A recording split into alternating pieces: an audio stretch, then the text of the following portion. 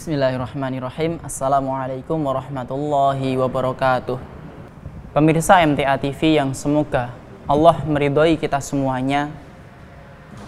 Puji syukur marilah kita sampaikan kepada Allah Subhanahu wa taala atas beragam nikmatnya yang sudah diberikan kepada kita.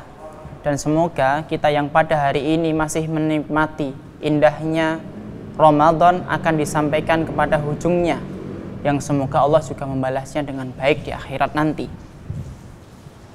Sholawat dan salam semoga senantiasa tercurahkan kepada Nabiullah Muhammad Sallallahu Alaihi Wasallam yang telah memperjuangkan Islam ini dengan sangat baik sehingga bisa kita nikmati indahnya di era sekarang ini.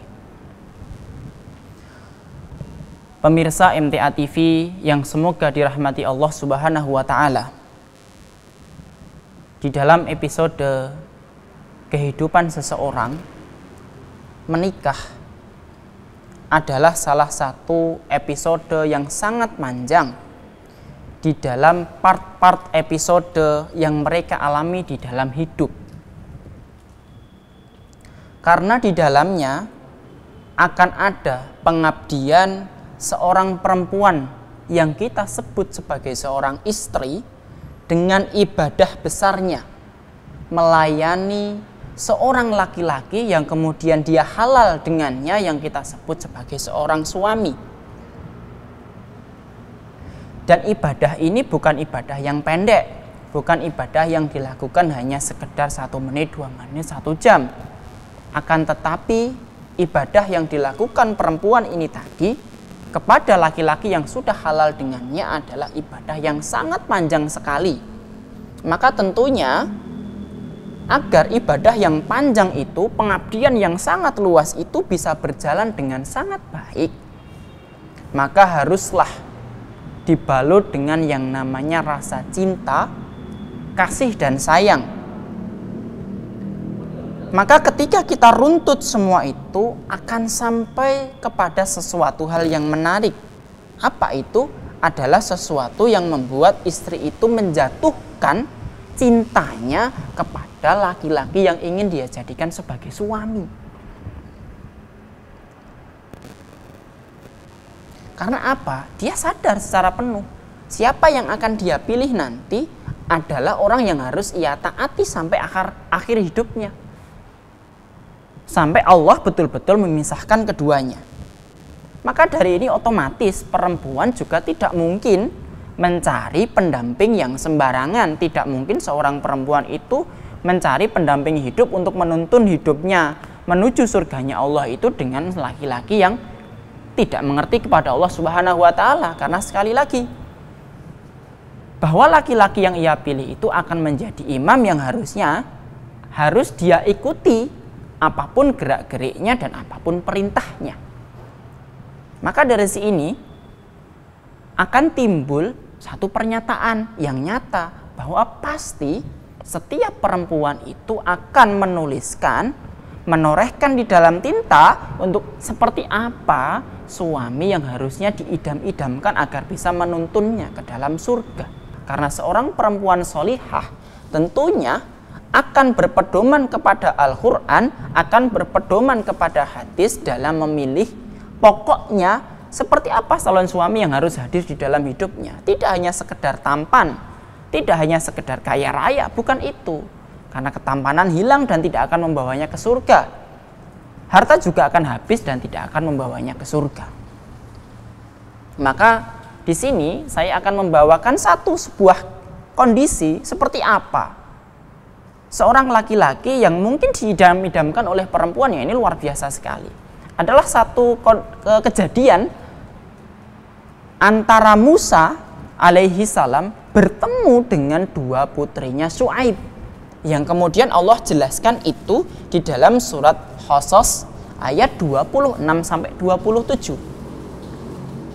Mafhumnya adalah, dan salah seorang dari kedua perempuan itu berkata, "Wahai ayahku, jadikanlah dia, Musa, sebagai pekerja pada kita. Sesungguhnya orang yang paling baik yang kau ambil sebagai pekerja pada kita ialah orang yang kuat, dan dipercaya. Kemudian ayat ini masih berlanjut ke ayat 27-nya. Syuaib, ayah dari dua perempuan yang bilang tadi kepadanya, mengatakan, sesungguhnya aku bermaksud ingin menikahkan engkau, dia berkata kepada Musa saat itu, dengan salah seorang dari kedua putriku ini, dengan ketentuan bahwa engkau bekerja kepadaku selama 8 tahun. Jika kamu mau menyempurnakan menjadi 10 tahun, maka itu adalah suatu kebaikan darimu. Dan aku tidak maksud untuk memberatkanmu. Insya Allah engkau akan mendapati aku termasuk orang yang baik. Dua ayat ini unik. 26-nya berbicara seorang putri kepada ayahnya tentang pekerja pelayannya. Tetapi lihat, menariknya di ayat 27 ini justru Syuaib secara terang-terangan meminta kepada pemuda tadi yang kita tahu dia adalah Musa, malah meminangnya sebagai suami dari putrinya. Apa sebenarnya yang Syuaib lihat? Kenapa kok tiba-tiba justru dia meminta Musa ini untuk meminang putrinya, untuk menjadi pendamping hidup di dalam kehidupan putrinya? Maka kita perlu kembali ke ayat 26-nya.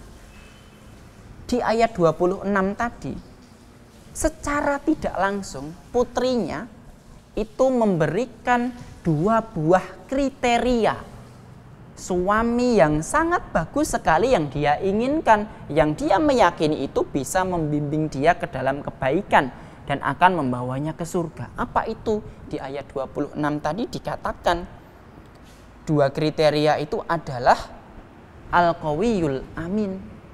Apa itu al-qawiyul amin? Di ayat 26-nya adalah dikatakan tadi bahwa pria ini adalah pria yang kuat, wahai ayah.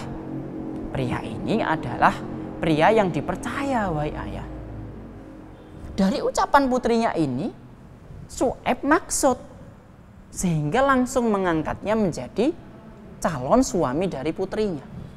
Bukankah luar biasa seorang ayah melihat kriteria itu saja untuk putrinya dan dia yakin? Tentunya ini bukan kriteria yang sembarangan. Kita mulai melihat tentang al-qawiyul amin ini. Al-qawiyu itu adalah kuat. Ketika Imam Ibnu Katsir di dalam tafsirnya itu mengatakan perkara kenapa kok putrinya Syuaib ini bisa mengatakan bahwa Musa ini kuat. Ketika itu putri dari Syuaib ini melihat Musa ini mampu menutup sumur dengan batu, yang mana batu itu sebenarnya hanya mampu diangkat oleh 10 orang. Bahkan itu pun kewalahan, tapi Musa mampu mengangkatnya sendirian.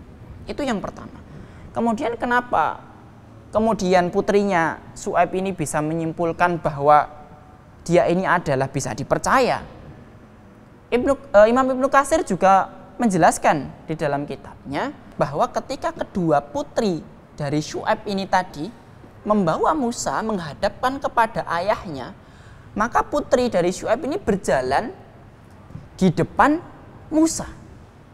Sehingga kita pikir saja, jelas sekali ketika seorang perempuan berjalan di depan seorang laki-laki, apa yang akan laki-laki itu lihat dari perempuan itu? Entah itu cara berjalannya, lenggak-lenggoknya dan lain sebagainya. Dan luar biasanya adalah Musa melindungi dirinya dari semua itu. Sehingga dia meminta perempuan ini tadi untuk ke belakangnya dan dia yang di depan.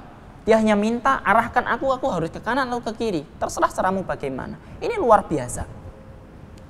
Ketika ini didapatkan, nah seperti inilah kesimpulan itu didapat. Oh ternyata ini orang yang bisa dipercaya.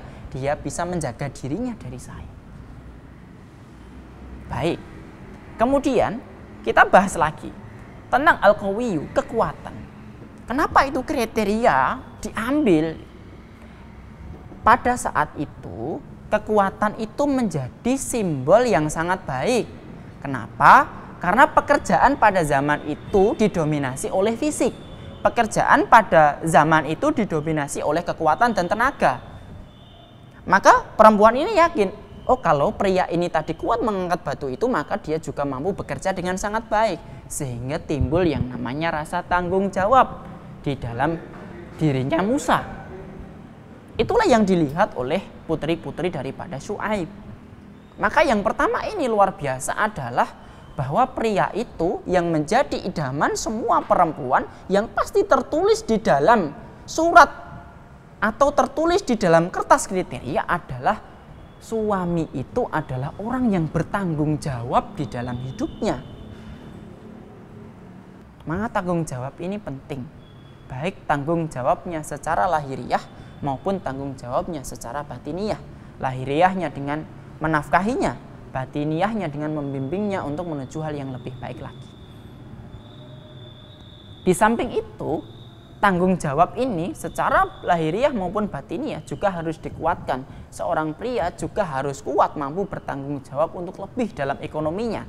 Maka perlunya laki-laki itu juga mempunyai pekerjaan, mempunyai penghasilan di dalam sehari-harinya. Mau dinafkahi apa seorang istri tanpa dia memiliki pekerjaan? Mau dinafkahi apa dia seorang istri tanpa memiliki penghasilan?